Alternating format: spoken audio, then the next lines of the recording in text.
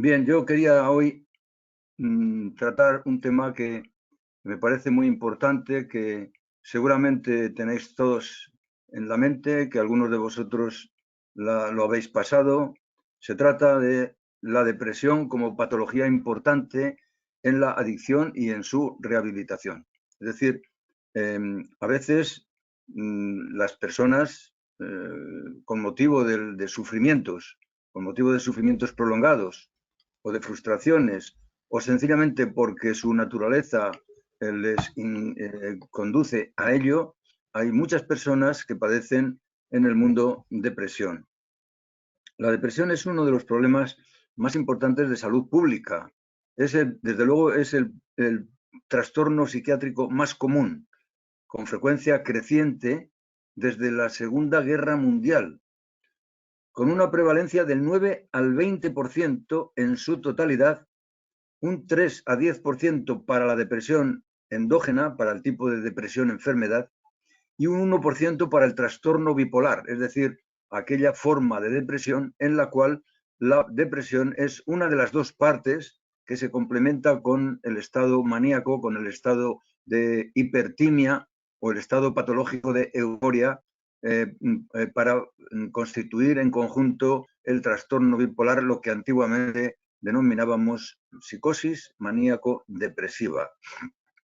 Bueno, pues bien, un 30 a 45% de todos los pacientes que consultan por un problema psíquico es precisamente por depresión. Y un 15% de toda la población asistida también sufre depresión, siendo mayor en la mujer que en el hombre por 2 a 3 a 1. Es decir, por cada hombre que sufre una depresión, hay entre 2 y 3 mujeres que la están también sufriendo. Bien, ¿qué clases tenemos a considerar de depresión? Bueno, pues en primer lugar diríamos que hay una depresión primaria, que nace por sí misma como tal. Una depresión en la que se distingue a su vez un tipo A o somatopsíquica, endógena, que se llama también con mayor difusión en cuanto a su terminología. Y luego el tipo B o depresión psicosocial, que es exógena, también se llama psicógena, psicológica, reactiva o personal. Bien, hay otro tipo de depresión, además de la primaria, que se llama depresión secundaria o tipo C, en la que se encuadran, pues, por ejemplo, la depresión involutiva, la depresión de la edad, la depresión que surge en problemas con una cierta mayoría de edad, con una cierta edad que llamamos la involución. Y luego la depresión sintomática de intoxicaciones, de traumas, etcétera, etcétera, ¿no? Bien, todo lo referente a las clases de depresión. ¿Qué es lo que produce la depresión? ¿Qué es lo que causa la depresión? Bueno, pues bien, tenemos en la depresión endógena varias clases de causas, ¿no? Por ejemplo, tenemos la causa genética, que está ligada al cromosoma 10-11 de forma dominante. Es decir, que la depresión como tal endógena, y sobre todo el trastorno bipolar, son enfermedades que se transmiten hereditariamente, ¿no? En una buena proporción. Luego tenemos la causa neuroquímica, ¿no? Por ejemplo, cuando las personas tienen niveles bajos de noradrenalina, de serotonina, de dopamina o niveles altos de acetilcolina, es decir, un neurotransmisor que se opone precisamente a estos últimos anteriores que he comentado, ¿no? Luego tenemos también las causas neuroendocrinas, es decir, por un predominio, una hiperfunción de los ejes suprarrenal o hipofisotiroideo o hipofunción del eje hipófiso somatotrópico, es decir, de un tipo de una sección hormonal que tiene también esta influencia sobre las causas de la depresión. Y finalmente, las causas neurofisiológicas en torno al sueño, cuando aumenta la latencia del sueño REM, es decir, del sueño durante el cual se está soñando, como también un acortamiento del sueño paradójico, ¿no? Bueno, luego la depresión exógena se puede contraer a partir de eventos vitales, estresantes, que pueden ser o bien predisponentes, como por ejemplo las pérdidas reales precoces, la madre en la primera infancia, el padre en la segunda, experiencias de privación de afecto, de rechazo o falta de soporte social, frustraciones persistentes en valores de seguridad, éxito, salud, estatus, etcétera. Y luego, aparte de los factores predisponentes, tenemos también como factores precipitantes los cambios de situación del orden establecido por jubilación, mudanza de vivienda, etcétera. O tenemos también la remanencia, que es la impotencia de la persona para dar respuesta a las propias altas exigencias o traumas recientes no asimilados, ¿no? ¿Cuál es el perfil de la persona con depresión? Bueno, pues tenemos que comentar dos tipos de perfil. Primero, el psicológico. Se trata la persona con depresión, que sufre de depresión, de una persona muy exigente consigo misma, exagerada en el orden, es decir, afecta de ordenalidad, diríamos, rígida en criterios, inamovibles, perseverantes, muy severos, concienzuda y escrupulosa, inflexible e insegura, trabajadora ejemplar o trabajador ejemplar, pesimista o realista, pero poco dado a las fantasías, proclive a la dependencia de los demás, sugestionable e influenciable, alexitímica, es decir, poco verbalizadora de emociones o sentimientos propios, y desde luego enemiga de contraer deudas, salvo, atención a esto, salvo que haya una adicción, sobre todo la ludopatía.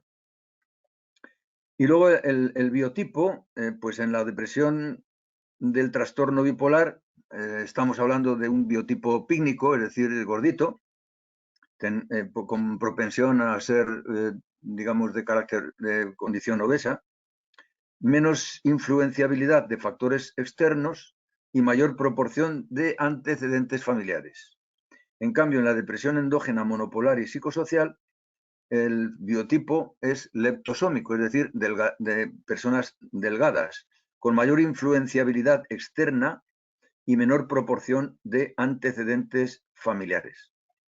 ¿Cuáles son los síntomas que nos permiten adivinar que se trata la persona que tiene este cuadro clínico de una depresión? Bueno, pues hay unas cuantas secciones de síntomas, como son, por ejemplo, la sintomatología afectiva, los sentimientos vitales de tristeza, pena, angustia, los sentimientos anímicos, como está el desierto sentimental, el vacío afectivo, la anedonia, es decir, no sentir placer, y luego también los factores o sentimientos espirituales de condenación, de culpa, etcétera. Todos estos sentimientos, diríamos, que están expresando la depresión. Luego tenemos también la sintomatología conativa, referente a los impulsos y las tendencias, ¿no? En primer lugar, los motóricos, es decir, la persona con depresión se muestra de una manera inhibida, con lo que llamamos bradisiquia, es decir, lentitud de la mente. Y luego también bradiquinesia, es decir, lentitud de los movimientos, ¿no? Por ejemplo.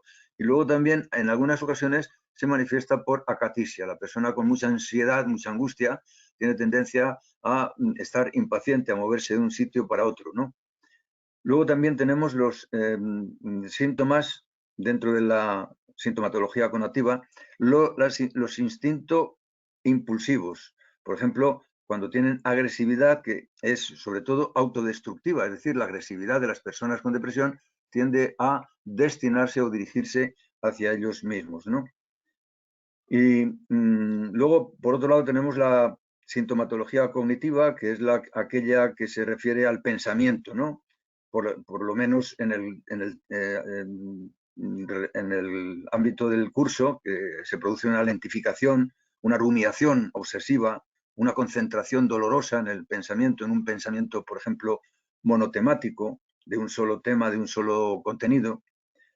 Luego, tenemos también sintomatología somatovegetativa, por ejemplo, una opresión precordial en la zona del plexo solar, que indica dónde radica la unión del alma con el cuerpo en el terreno, ojo, sintomatológico. No estamos hablando ahora de las relaciones tan complejas entre el alma y el cuerpo. También por insomnio tardío, es decir, las personas con depresión tienen insomnio terminal o tardío, es decir, que se despiertan muy pronto, muy precozmente. Astenia, o sea, cansancio, estreñimiento, sequedad de mucosas, tanto la boca como los genitales. Y luego, bueno, pues finalmente la sintomatología cronobiológica, porque las personas con depresión tienen una sintomatología que oscila cíclicamente entre el día y la noche, de tal manera que la sintomatología empeora por la mañana, lo que quiere decir que tienen un polo matinal de sintomatología, y también hay una oscilación estacional, es decir, se muestran peor en primavera y en otoño, y circadiano, ¿no? El insomnio terminal precoz que yo decía hace un momento, ¿no? Bien, ¿cómo se diagnostica la depresión? ¿Qué factores o qué parámetros nos permiten diagnosticar la depresión? Bueno, pues en primer lugar, consideramos que puede ser interesante el que haya antecedentes familiares de depresiones o equivalentes, ¿no?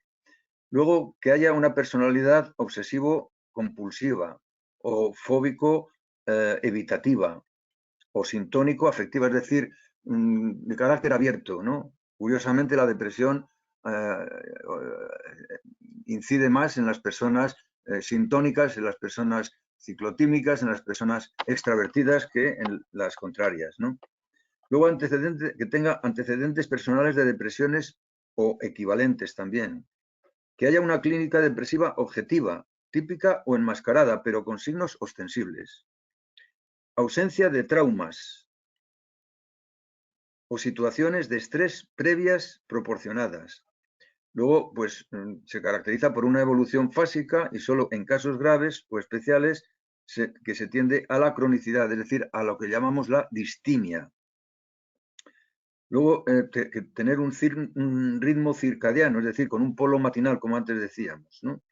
Que tengan los test psicológicos y biológicos positivos, que tenga una autonomía evolutiva, es decir, que no dependa de estímulos y hechos externos, y finalmente, esto es muy importante, que sea sensible el cuadro al tratamiento farmacológico antidepresivo, ¿no? Bien, luego tenemos dos palabras para referir algo sobre la evolución. ¿Cómo evoluciona la depresión? Bien, pues de una manera cíclica, en fases que llamamos fases de depresión y fases de normalidad, ¿no?